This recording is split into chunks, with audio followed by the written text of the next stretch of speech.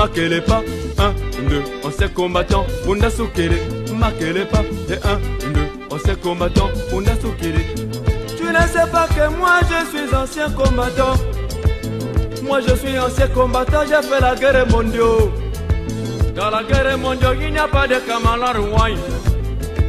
Dans la guerre mondiale, il n'y a pas de pitié, mon ami. J'ai tué français, j'ai tué allemand, j'ai tué anglais. Moi j'ai tué tchécoslovaque, marquez pas. Et 1, 2, on s'est combattant, on a soukéré. Marquez pas, et 1, 2, on s'est combattant.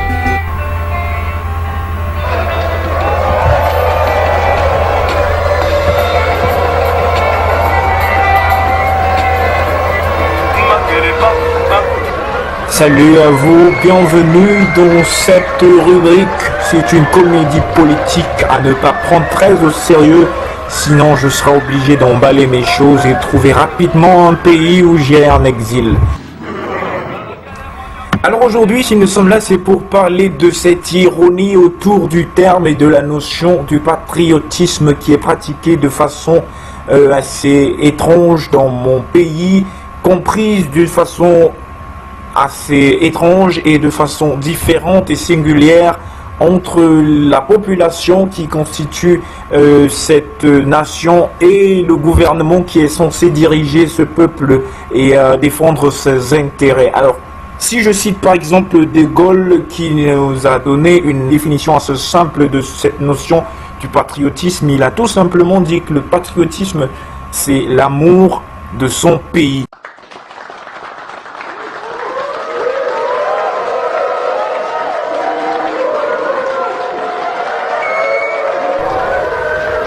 Ça veut tout simplement dire que c'est l'amour que nous avons en commun pour un certain nombre de choses dans notre pays ou un certain nombre de pratiques que nous aimons tous ensemble, que nous voulons vraiment défendre.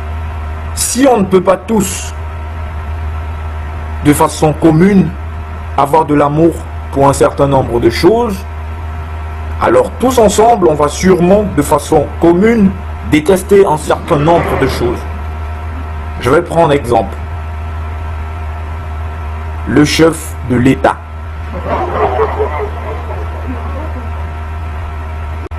C'est l'amour que la population a envers ce monsieur qui fait en sorte que jusqu'aujourd'hui, 34 ans après, il soit encore président de la République. Vous allez trouver que c'est un peu excessif, mais non! La souveraineté nationale appartient au peuple qui les exerce soit par l'intermédiaire du président de la République et des membres du Parlement, ça veut dire l'Assemblée nationale, soit par voie des référendums. Au sommet de l'État, on trouve le président de la République qui est élu par la nation tout entière et il incarne l'unité nationale. Ça veut dire que s'il est là, nous avons tous décidé qu'il soit là. Les lois qu'on vote à l'Assemblée nationale, c'est le reflet de la volonté nationale.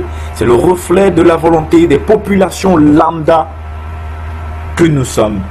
Ça veut dire que si en 2008, on décide dans la loi du 14 avril 2008 de réviser certains articles de la Constitution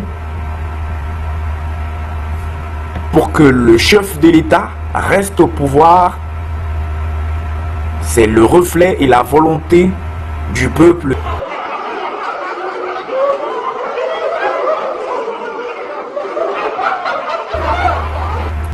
Nous avons tous décidé que son article 6 de la Constitution soit modifié. L'article 6 dans son alinéa 2, désormais nous dit que le président de la République est élu pour un mandat de 7 ans et il est rééligible. On a enlevé cette partie qui disait qu'il est rééligible une seule fois. De dire qu'on a juste raccourci la phrase et on a ajouté un point. Et c'est ce petit point qui aujourd'hui fait le bonheur du peuple. Parce qu'à travers cette loi, à travers cette modification, on aura ce gouvernement, on aura ce chef de l'État que nous aimons tous au pouvoir, jusqu'à ce qu'il décide de foutre le camp. Parce que nous voulons qu'il soit là, parce que nous l'avons élu. L'amour pour notre équipe nationale qui brille par la fainéantise. D'ailleurs, on n'est pas qualifié pour la prochaine Coupe du Monde. L'amour pour nos différents ministères et nos différents ministres et leurs politiques bidons qui ne font pas avancer mais que nous aimons beaucoup.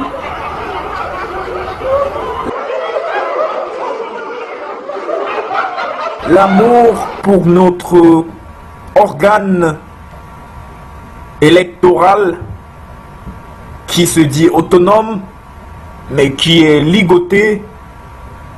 L'amour pour notre Parlement, pour notre pouvoir législatif qui est démocratique qui est constitué à près de 80% ou 90% d'un parti politique qui est celui qui est au pouvoir.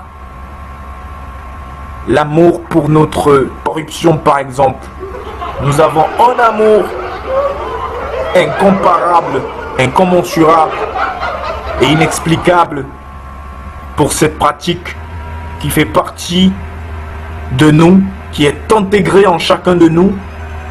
Et chaque vrai Camerounais est un potentiel corrompu ou corrupteur. Et c'est ça le patriotisme.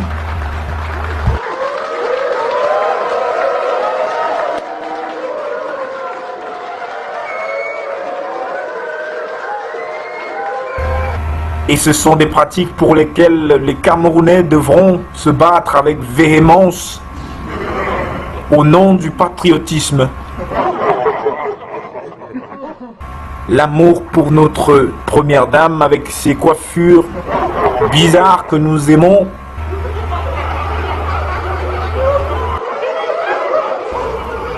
Et l'amour pour ces gosses qui diminue le nombre de places que nous espérions encore avoir dans les différents concours pour l'entrée dans les différentes grandes écoles nationales.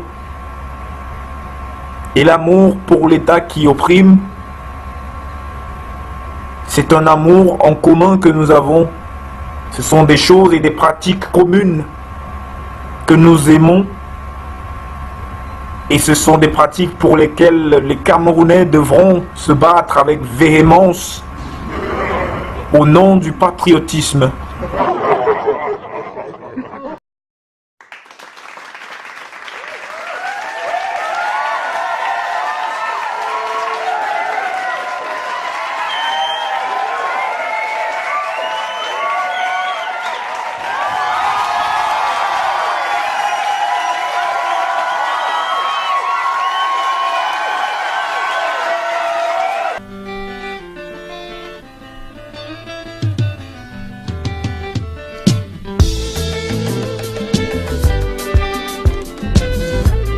Marquez les pas, 1, 2, on s'est combattant, on a soukéré.